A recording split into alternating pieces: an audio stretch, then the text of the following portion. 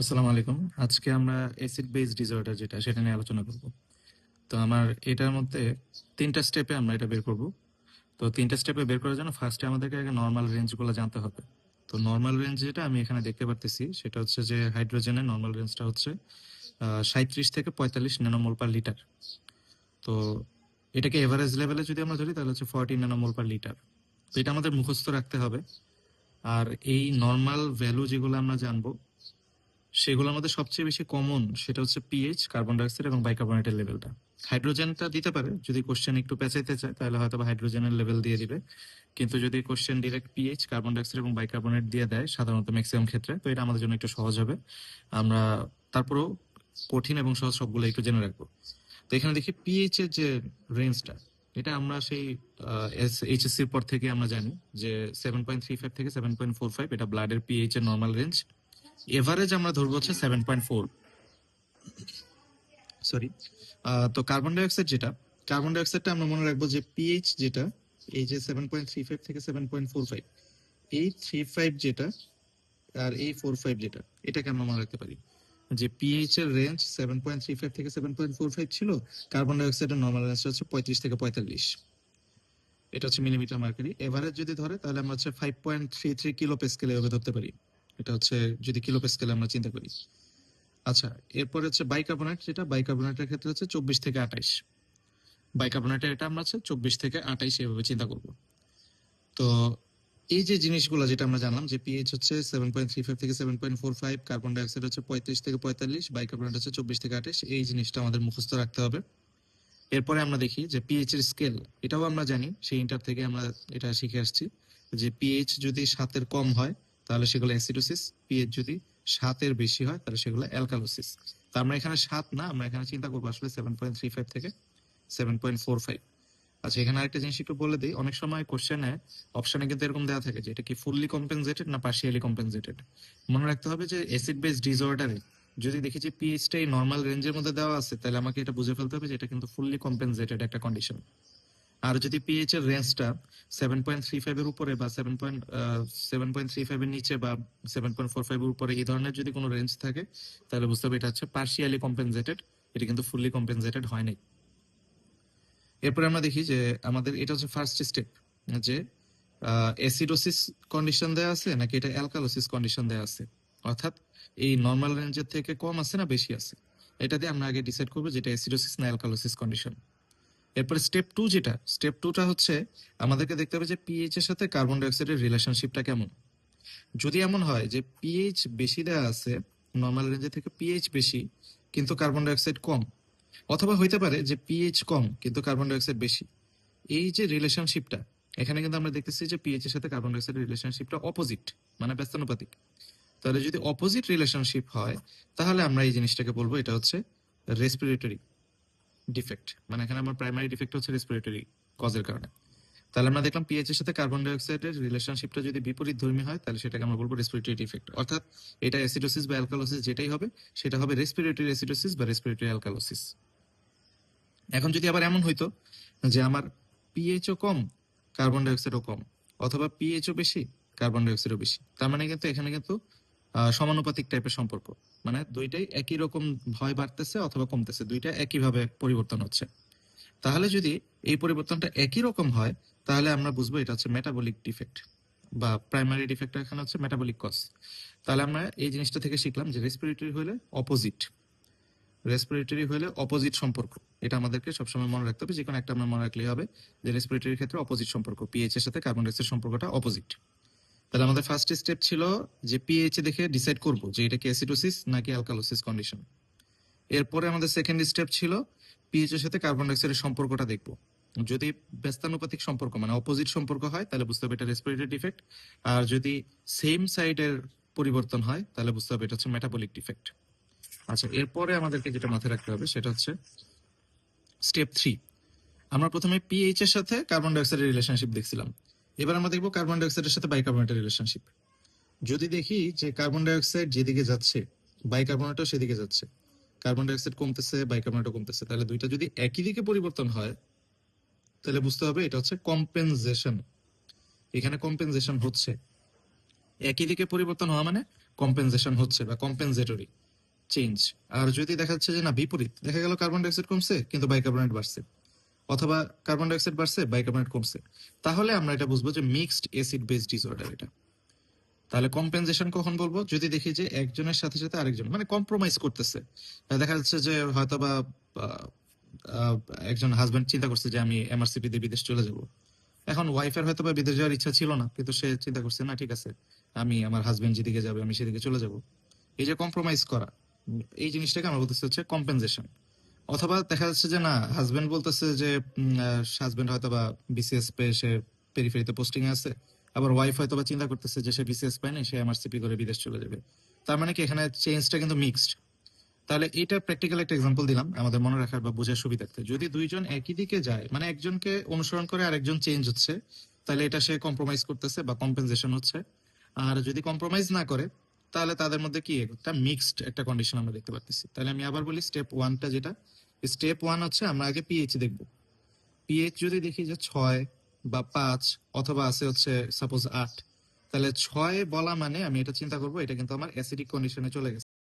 তাহলে এখানে আমরা যখন দেখলাম যে পিএইচ 6 বলতেছি, তার মানে এটা হচ্ছে অ্যাসিডোসিস।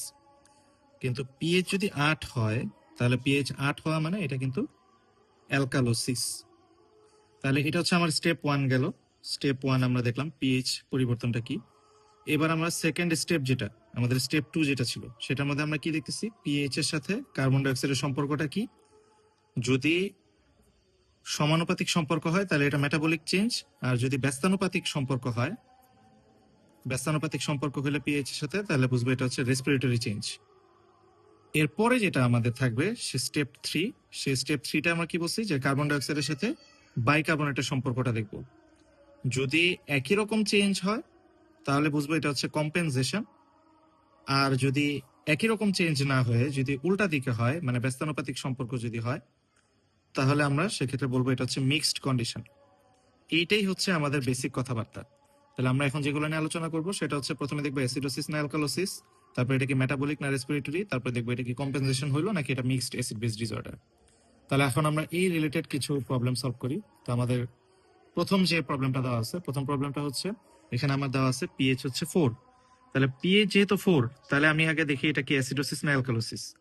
পিএইচ 4 হওয়া মানে ফার্স্টে আমি এটার মধ্যে লিখে ফেলি এটা হচ্ছে অ্যাসিডিক কন্ডিশন, তাহলে এটা হচ্ছে অ্যাসিডোসিস। এবার দেখি পিএইচ যে 4 হইলো মানে পিএইচ কি হয়েছে, পিএইচ আমার আস্তে আস্তে কমে আসছে। সরি, এবং কার্বন ডাইঅক্সাইডের ক্ষেত্রে যদি দেখি, কার্বন ডাইঅক্সাইডের আমার নর্মাল রেঞ্জ যেটা সেটা ছিল হচ্ছে কত, 35 থেকে 45। তাহলে 35 থেকে 45 যদি এটা তার কার্বন ডাইঅক্সাইডের নর্মাল রেঞ্জ হয়, এখান থেকে কি হয়েছে, এটা 32 হয়েছে মানে কমে আসছে। তাহলে পিএইচ যেদিকে কার্বন ডাইঅক্সাইডের সেদিকে চেঞ্জ হচ্ছে, তাহলে একই দিকে যেহেতু চেঞ্জটা হচ্ছে, তাহলে একই দিকে চেঞ্জ হওয়া মানে এটা কি হচ্ছে মেটাবলিক। তাহলে আমার এটা হচ্ছে মেটাবলিক অ্যাসিডোসিস। তাহলে এই জিনিসটা আমি ফার্স্টে পেলাম। এবার আমি দেখি তো কার্বন ডাইঅক্সাইডের সাথে বাইকার্বনেটের সম্পর্কটা কি। কার্বন ডাইঅক্সাইড কমে আসছে, কার্বন ডাইঅক্সাইডের জিনিসটা কমে আসছে, এবং আমাদের এখানে বাইকার্বনেট যেটা, বাইকার্বনেট আমরা 24 থেকে 28 বলেছিলাম, বাইকার্বনেট 24 থেকে 28। তাহলে দেখি তো এখানে কত দেয়া আছে, এখানে দেয়া আছে 22। তার মানে এটাও কি হয়েছে, কমেছে। তাহলে এখন দেখি যে কার্বন ডাইঅক্সাইডের চেঞ্জটা যেদিকে হচ্ছে বাইকার্বনেটের চেঞ্জটা সেদিকে হচ্ছে। আমরা হাজবেন্ড ওয়াইফের এক্সাম্পল দিয়ে বুঝলাম, যদি একজনের সাথে আরেকজনের চেঞ্জটা একই রকম হয় তাহলে সেটাকে আমরা বলবো কম্পেনসেশন। তাহলে আমার এখানে হচ্ছে কম্পেনসেশন হচ্ছে। তাহলে এই যে কম্পেনসেশনটা, এই যে জিনিসটা আমরা এটাকে কি বলবো, metabolic compensation with respiratory, metabolic acidosis with respiratory compensation. তাহলে আমরা কি বললাম, metabolic acidosis with respiratory compensation. এখন যদি আমাকে প্রশ্ন করে যে এটা কি আসলে ফুললি কম্পেনসেটেড নাকি পার্শিয়ালি কম্পেনসেটেড, এই প্রশ্ন যদি আসে তাহলে আমরা দেখবো যে পিএইচটা কি 7.45 থেকে মানে 7.35 থেকে 7.45 এর মধ্যে আছে কিনা।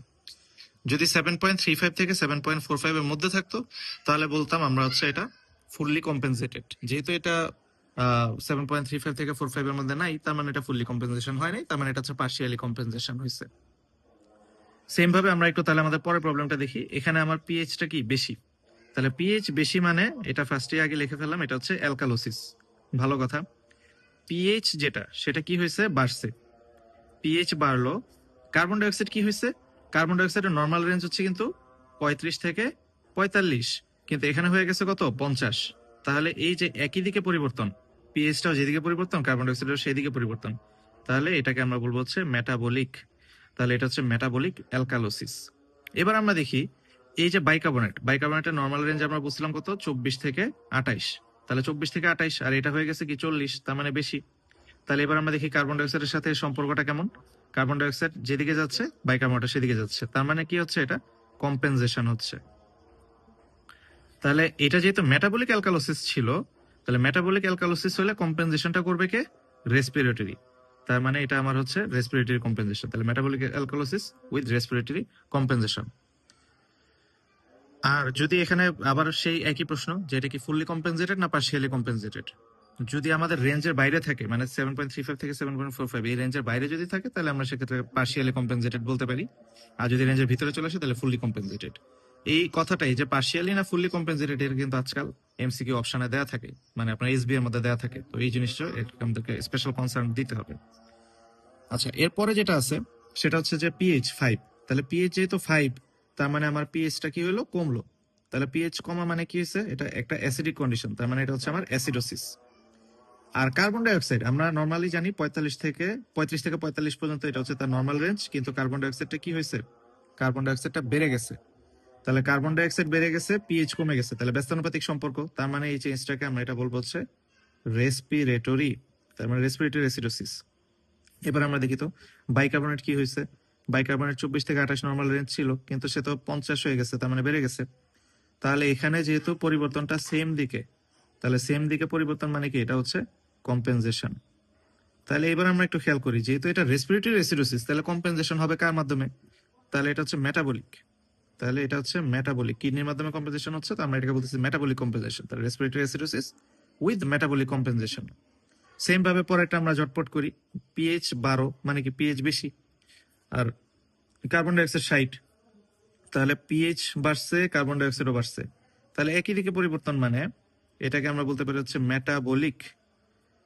মেটাবলিক যেহেতু এটা পিএইচটা 12 আছে, 12 মানে কি অ্যালকালোসিস, তাহলে এটা মেটাবলিক অ্যালকালোসিস উইথ কম্পেনসেশন যদি হয়। আচ্ছা, আমি এখানে দেখি তো একটু, এখানে বাইকার্বনেট কি হয়েছে, বাইকার্বনেট বাড়ছে, তাহলে কার্বন ডাইঅক্সাইডও বাড়ছে, বাইকার্বনেটও বাড়ছে। তার মানে দুইটা যেহেতু একই দিকে চেঞ্জ, তার মানে এটা হচ্ছে কি মেটাবলিক অ্যালকালোসিস যেহেতু ছিল, তার মানে আমার এটা রেসপিরেটরি কম্পেনসেশন হবে। তাহলে রেসপিরেটরি কম্পেনসেশন।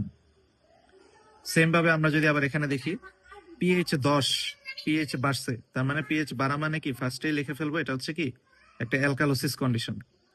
এই যে অ্যালকালোসিস, এটা কার অ্যালকালোসিস আমরা একটু দেখি। কার্বন ডাইঅক্সাইডের সাথে কার্বন ডাইঅক্সাইড নর্মাল রেঞ্জ হচ্ছে 35 থেকে 45, এখানে সে কি হলো, কমলো। তাহলে যেহেতু সে কমছে, পিএইচ বাড়ছে, তার মানে ব্যস্তানুপাতিক সম্পর্ক, আর ব্যস্তানুপাতিক সম্পর্ক মানে আমরা জানি এটা হচ্ছে কি রেসপিরেটরি, তার মানে এটা রেসপিরেটরি অ্যালকালোসিস। এবার আমরা দেখি যে বাইকার্বনেটে কি চেঞ্জ হলো, বাইকার্বনেট কিন্তু বেড়ে গেল। বাইকার্বনেটের যে নর্মাল রেঞ্জ 24 থেকে 28, সে কিন্তু এখানে 40 হয়েছে, তার মানে বেড়ে গেছে।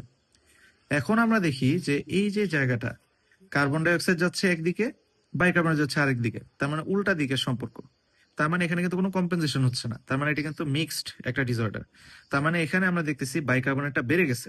বাইকার্বনেট বেড়ে যাওয়া মানে কি, বাইকার্বনেট বেড়ে যাওয়া মানে হচ্ছে অ্যালকালোসিস কন্ডিশন। বডিতে যদি বাইকার্বনেট বেড়ে যায়, মানে ক্ষারীয় কন্ডিশন বেড়ে গেছে, তাই এটাকে আমরা বলতেছি অ্যালকালোসিস। তাহলে এটা যেহেতু রেসপিরেটরি অ্যালকালোসিস ছিল, তার মানে এই অ্যালকালোসিসটা কি অ্যালকালোসিস, বাইকার্বনেট ইন্ডিকেট করে এটা হচ্ছে মেটাবলিক অ্যালকালোসিস। তাহলে আমরা এটাকে বলবো হচ্ছে মিক্সড অ্যাসিড বেস ডিসঅর্ডার অথবা respiratory alkalosis with metabolic alkalosis. Same ভাবে আমরা যদি এখানে দেখি পিএইচ হচ্ছে 7.5, এই যে 7.5, 7.45 এর থেকে একটু বেশি। তাহলে এই যে 7.45 এর থেকে একটু বেশি মানে কি বোঝাচ্ছে, এটা হচ্ছে অ্যালকালোসিস কন্ডিশন। এই যে অ্যালকালোসিস কন্ডিশন, এখন আমরা দেখি তো কার্বন ডাইঅক্সাইড কি হলো, কার্বন ডাইঅক্সাইড 25 মানে কমে গেছে। তাহলে কার্বন ডাইঅক্সাইড কমছে, পিএইচ বাড়ছে, তার মানে এটা যেহেতু ব্যস্তানুপাতিক সম্পর্ক, তার মানে এটাকে আমরা বলতে পারি এটা হচ্ছে রেসপিরেটরি অ্যালকালোসিস। তাহলে এটা হচ্ছে রেসপিরেটরি অ্যালকালোসিস। এবার বাইকার্বনেট কি হলো, বাইকার্বনেট বাড়লো। তাহলে এই যে কার্বন ডাইঅক্সাইড কমলো কিন্তু বাইকার্বনেট যে বাড়লো, এই সম্পর্কটা যেহেতু ব্যস্তানুপাতিক সম্পর্ক, তার মানে এটা একটা মিক্সড অ্যাসিড বেস ডিসঅর্ডার। তার মানে আমার এখানে যেহেতু রেসপিরেটরি অ্যালকালোসিস হয়েছে, তার মানে এখানে মেটাবলিক কি হচ্ছে, মেটাবলিক দেখি তো। এই যে বাইকার্বনেট বেড়ে যাওয়া মানে কি, অ্যাসিডিক কন্ডিশন অ্যালকালোসিস হবে। বাইকার্বনেট যেহেতু ক্ষার ইন্ডিকেট করে, তার মানে এটা হচ্ছে অ্যালকালোসিস। তার মানে আমরা এটাকে বলতে পারি হচ্ছে অ্যালকালোসিস। তাহলে আমরা এটাকে বলতে পারি হচ্ছে মিক্সড অ্যাসিড বেস ডিসঅর্ডার বা respiratory alkalosis with metabolic alkalosis. তাহলে এই জিনিসটা আমরা জানলাম।